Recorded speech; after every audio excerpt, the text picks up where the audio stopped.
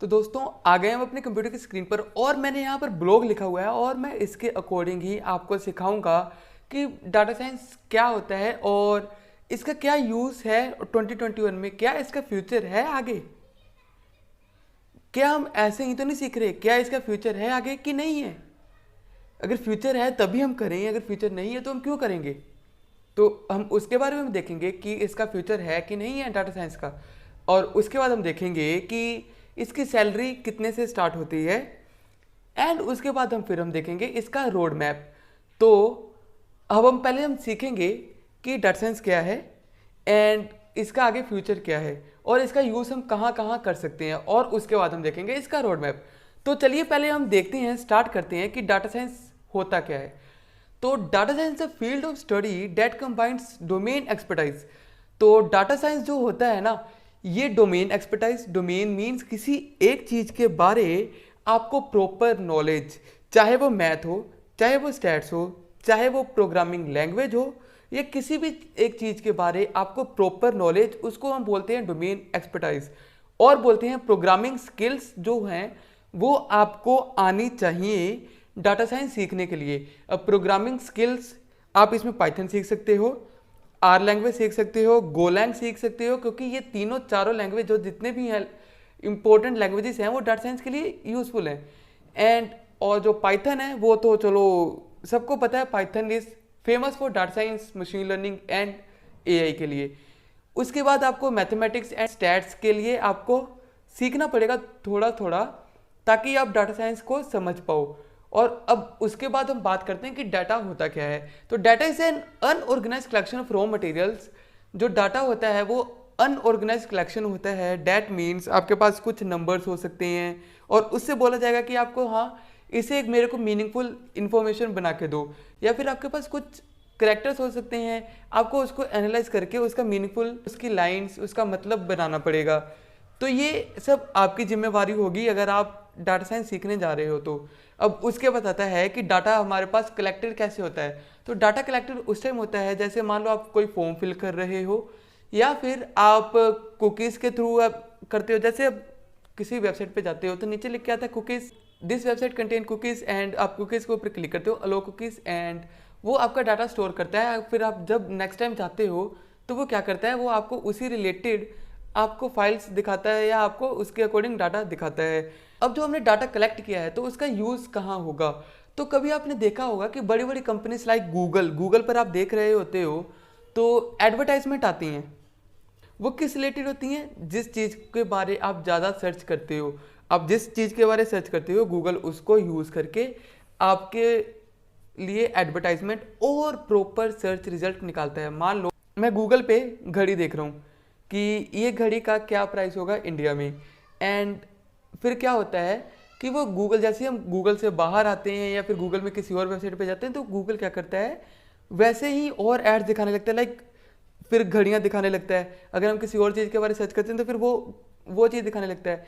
वैसे ही हमारा अमेज़ोन क्या करता है, वो भी डिटो ऐसे ही काम करता है। मान लो हमने अमेज़ोन पे कुछ सर्च किया तो नेक्स्ट टाइम क्या करेगा अमेज़ोन, जो आपने पहले सर्च किया था उसी के रिलेटेड आपको डाटा दिखाएगा, बिकॉज आपने वो सर्च किया है। तो बड़ी बड़ी कंपनियां आपको आपके डाटा को ट्रैक करती हैं, आपके डाटा का यूज़ करके आपको और रेलिवेंट चीज़ें सिखाती हैं। और इसका यूज़ कैसे होता है, ये सब डाटा साइंस का खेल है। डाटा साइंस आपको डाटा मैनेज करना सिखाती है। अब आपने डाटा मैनेज किया, उसको मैनिपुलेट मीन्स उसको यूज़ करना। आप उसको यूज़ करोगे, उसके बाद आप क्या करोगे, आप उसको यूज़र को दिखाओगे। ठीक है दोस्तों, तो ये होता है हमारे जो डाटा का ऐसे यूज़ होता है। अब हमें डाटा साइंस क्यों सीखना चाहिए, तो एक फर्स्ट रीज़न जो मैंने आपको बतला दिया कि जो अभी बड़ी बड़ी कंपनियां होती हैं वो इस वे में आपके डाटा को दिखाती हैं, यूज़र्स को उसके रेलिवेंट एड्स देती हैं, उसके रेलिवेंट प्रोडक्ट्स के एडवर्टाइजमेंट्स देती हैं। तो अगर ये सब है तो इसके पीछे डाटा साइंस को हैंडल करने वाला डाटा साइंटिस्ट भी चाहिए। और डाटा साइंटिस्ट कौन होगा, जो डाटा साइंस सीख रहे हैं। तो दोस्तों अब आगे बढ़ते हैं और देखते हैं why should learn data science, हमें डाटा साइंस क्यों सीखना चाहिए। तो एक तो कंसेप्ट ऊपर हमने देख लिया है। अब दूसरा आता है कि जो डाटा साइंस है ना, वो मशीन लर्निंग और एआई का छोटा रूप है। पहले हम मशीन डाटा साइंस सीखेंगे, उसके बाद मशीन लर्निंग सीखेंगे, उसके बाद एआई सीखेंगे, आर्टिफिशियल इंटेलिजेंस। धीरे धीरे करके हम सब कुछ लाइन बाय लाइन सीखेंगे। तो बने रहिए हमारे चैनल पे। अब जैसे हम सबको पता है कि जो मॉडर्न वर्ल्ड है वो डाटा ड्रिवन है, एवरीथिंग इज इन डाटा। अब हमारा फ़ोन से व्हाट्सएप से लेके हमारी बड़ी बड़ी फाइलें, हमारा रिज्यूमे आजकल ऑनलाइन चलता है, हर एक चीज़ आजकल ऑनलाइन जा रही है, हमारी पिक्चर्स तक ऑनलाइन जा रही हैं। तो वो क्या है, वो डाटा है। अब डाटा को हैंडल करने के लिए डाटा साइंटिस्ट चाहिए ही। ज़रूरी नहीं है कि आप मॉडल्स ही बनाओगे, आप डाटा रैंगलिंग करोगे, डाटा मैनिपुलेशन करोगे। आप डाटा से कुछ भी कर सकते हो, कोई भी जॉब। तो डाटा साइंस हर एक चीज़ में ज़रूरी हो जाती है, डाटा साइंस सीखना मैंडेटरी हो जाता है। बेसिक डाटा साइंस तो एवरी पर्सन को आनी ही चाहिए। अब उसके बाद आता है कि डाटा साइंस जो है एक प्रॉमिसिंग फील्ड है with high salary and job opportunity. जैसे हमने बात किया कि जैसे वो रेलिवेंट एड्स दिखाते हैं, तो उसके लिए डाटा साइंटिस्ट चाहिए। डाटा साइंटिस्ट अगर चाहिए तो फिर उसको हाई सैलरी, क्योंकि डाटा साइंस का जॉब इतना ईजी नहीं है जितना हम समझ सकते हैं, क्योंकि उसमें मैथ आती है, डाटा आते हैं। डाटा में रो डाटा आता है, पूरा डाटा इन्फॉर्मेशन भी आता है। तो अब हमारे ऊपर होता है हम उसको कैसे यूज़ करेंगे। तो अब मेरे पास एक क्वेश्चन है कि when the opportunities in data science की अपॉर्चुनिटी जब आपके दरवाजे को खटखटा रही होगी, तो क्या आप रेडी हो? क्या आप रेडी हो उसको सीखने के लिए? अगर हाँ तो बने रहिए हमारे चैनल पे। अगर किसी को कुछ भी डाउट हो तो प्लीज़ नीचे कमेंट सेक्शन में कमेंट करना। तो आप मेरे को बतलाना कि when the opportunity in data science comes knocking at your door, will you ready? तो इफ़ यस तो please subscribe to our channel. अब उसके बाद आता है basic data science skills are important for personal use. जैसे हमने पहले बात किया कि बेसिक डाटा साइंस स्किल वो हर एक पर्सन को तो आनी ही चाहिए, बिकॉज डाटा का यूज़ अब आपको कहीं भी करना पड़ सकता है। अब उसके बाद आता है कि डाटा साइंस है जो वो साइड इनकम के लिए भी यूज़फुल होता है, ये साइड इनकम भी प्रोवाइड करता है। लाइक आप मॉडल बना के आप किसी कंपनी को बेच सकते हो। जब हमने देख लिया डाटा साइंस का क्या यूज़ है, तो अब हम देखते हैं कि जॉब्स क्या है डाटा साइंस में। तो आप डाटा साइंटिस्ट बन सकते हो। एवरेज सैलरी पर ईयर की आपकी 139,900 हो सकती है, यानी $1,39,900 पर ईयर। और ये यूज है। अगर इसको आप इंडियन रुपये से कन्वर्ट करोगे तो ये तो बहुत ही यूज है। उसके बाद आपका आता है कि इसमें रिक्वायरमेंट क्या होगी।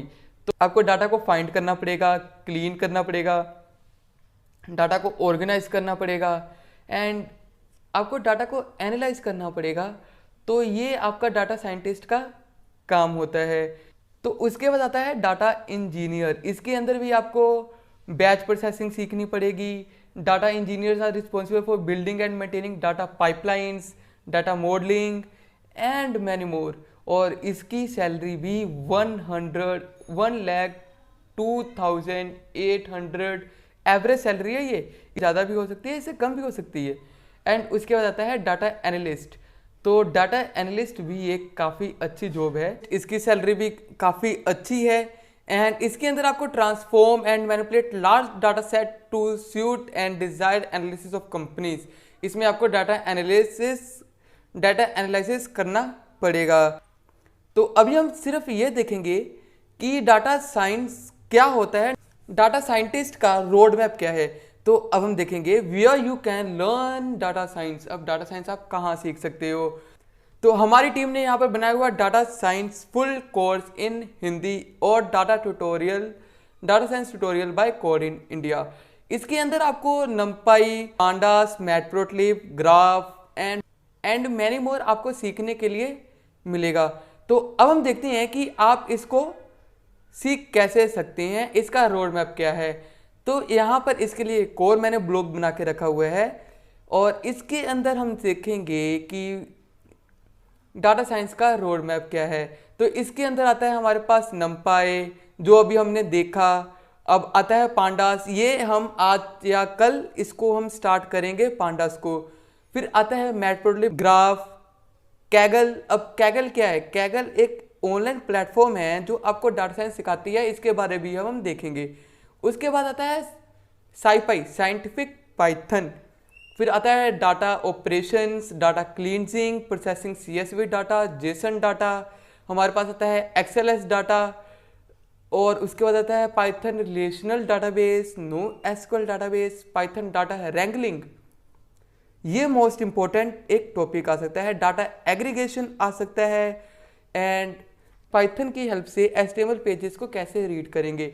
जैसे हमने बात किया कि वो एड्स दिखाते हैं, तो एड्स दिखाने के लिए हमको HTML तो करना ही पड़ेगा।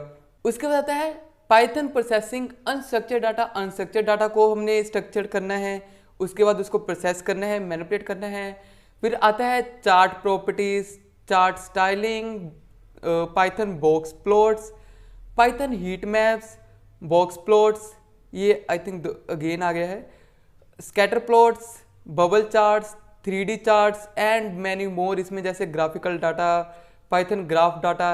एंड दोस्तों, तो ये हमारे पास कुछ ऐसे टॉपिक्स हैं जो हम एक एक करके हम सीखेंगे। सबसे पहले हमने नंपाई सीखा, इसके अंदर मैंने कुछ अप्रोक्स 26 टू 27 वीडियोस इसके अंदर बनाई हैं। अगर और भी होंगी तो और भी लेकर आएंगे, बट बेसिक यही है, और जितना ये हमने देखा है बहुत है, क्योंकि अब हम जो भी काम करेंगे वो पांडा से करेंगे, पांडा से करेंगे, और पांडा क्या करता है, नंपाई का यूज़ करता है, एंड उसके अलग अपने फीचर्स होते हैं जो नंपाई से बहुत एडवांस होते हैं। तो अब हम पांडास के बारे में भी हम डिस्कस करेंगे नेक्स्ट वीडियोस में। तो दोस्तों, अगर आपको ये वीडियो अच्छी लगी होगी तो please like, share and subscribe करना ना भूलें, और डाटा साइंस सीखने के लिए फटाफट हमारे चैनल कोड इन इंडिया को सब्सक्राइब कर लें। यहाँ पर हम आपके लिए लेकर आए हैं डाटा साइंस विद नोट्स। हम यहाँ पर आपके लिए नोट्स लेकर आए हैं, जैसे मैंने यहाँ पर लिखा हुआ है flatten and ravel in NumPy, reshaping of NumPy, transpose of array, broadcasting, array concatenation, उसके बाद आता है create array in TensorFlow. TensorFlow क्या है, ये एक मशीन लर्निंग का कॉन्सेप्ट है, इसके बारे में इसके ऊपर भी एक मैंने वीडियो बना के रखी है, आप देख सकते हो। उसके बाद आता है splitting in NumPy, minimum maximum, compare two array. अब हम सीखेंगे पांडास। अब जो भी सीखेंगे वो होगा नोट्स के साथ, तो प्लीज़ बने रहिए हमारे चैनल पे। अगर ये वीडियो अच्छी लगी होगी और डाटा साइंस सीखना चाहते हो तो फटाफट हमारे चैनल को सब्सक्राइब कर लो, और मिलते हैं अगली वीडियो में जहाँ पर हम देखेंगे डाटा साइंस।